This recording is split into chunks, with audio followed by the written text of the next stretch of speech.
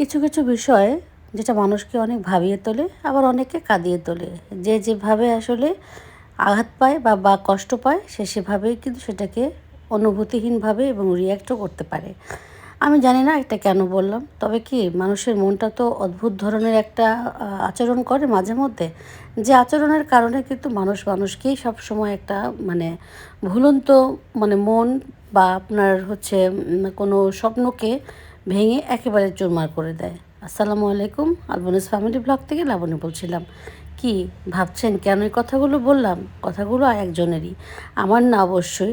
আর আসলে কি আজকে আমার শরীরটা তেমন একটা ভালো না, গতকালকে কিন্তু ভিডিও দিতে পারিনি, বড় ভিডিও।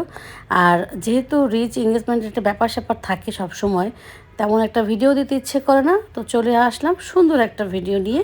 আর এটা ছিল হচ্ছে এই কিছুদিন আগেরই, যখন জলপাইয়ের লাস্ট সিজন ছিল তখনকার ভিডিও এটা। আমি আস্তে আস্তে করে একদম একটা আচার দিব। আর এখন রসুনগুলো সুন্দর মতো করে ভেজে নিলাম সরিষার তেলের মধ্যে।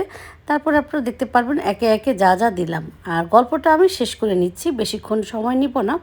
তো যেটা বলছিলাম, আসলে মানুষের সব কিছুই পরিবর্তনশীল। মানুষ সবসময় যেটা চিন্তা করে সেটা কিন্তু হয় না, তাই না? এখন দেখা যায় কি সাংসারিক লাইফে অনেক মানুষ অনেকভাবেই কিন্তু সুখ দুঃখ নিয়েই মানুষ থাকে। আর মানুষ সবটা সময় যে একই রকম থাকে তা না, কিন্তু মানুষের ভাবনা চিন্তা একেবারেই আলাদা হয়ে থাকে। আর আশেপাশের মানুষগুলো বা নিজস্ব কাছের মানুষগুলোকেও যখন দেখি না একটু পরিবর্তন হতে, তখন একটু কিন্তু অন্যরকমই মনে হয়। আর মানুষের সব সময় যে সব কিছুতেই যে খবর নিতে হবে বা ভাবতে হবে, এটা করতে হবে সেটা করতে হবে, এটা আসলে অনেক ক্ষেত্রে না ব্যস্ততার কারণেই বলি, আর ব্যস্ততা নার জন্যই বলি। আর মানুষের সাথে কথা বলার জন্য সময়ের একটা ব্যাপার থাকে। দেখা যায় এখন ফোনের যুগ, দেখা যায় 2-1 মিনিটে কথা সারা যাবে না, যার সাথে খুব বেশি ক্লোজ থাকে। দেখা যায় যে 5 মিনিট 10 মিনিট 15 মিনিটও কথা বলা লাগতে পারে। তো সেক্ষেত্রে 5-10 মিনিটে বা 2 মিনিটে ছেড়ে দিলে তখন যেন একটু মনটা কেমন খটকা লাগে। তখন মনে হয় কি যে এই মানুষটা মনে হয় আমাকে আর তেমন একটা আগের মতো দেখছে না। হতে পারে বন্ধুবান্ধব, হতে পারে কাছের আত্মীয়। আমি কিন্তু বারে বারে বলছি, আমার কিন্তু কোনো ফ্যামিলির কথা, আমার নিজস্ব পরিবারের কথা আমি বলছি না। আর এদিকে কিন্তু আমি আমার রান্নাটা চালিয়ে যাচ্ছি, গল্পটাও কিন্তু চালিয়ে যাচ্ছি, আপনারা দেখতে পাচ্ছেন।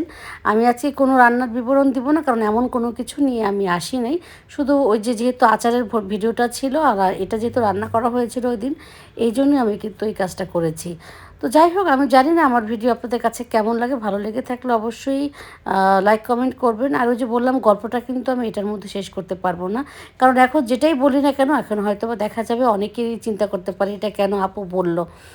মানুষের সাথে পরিচয়, কথাবার্তা, আচার আচরণ আসলে একদিনই কাউকে বোঝা যায় না, তাই না?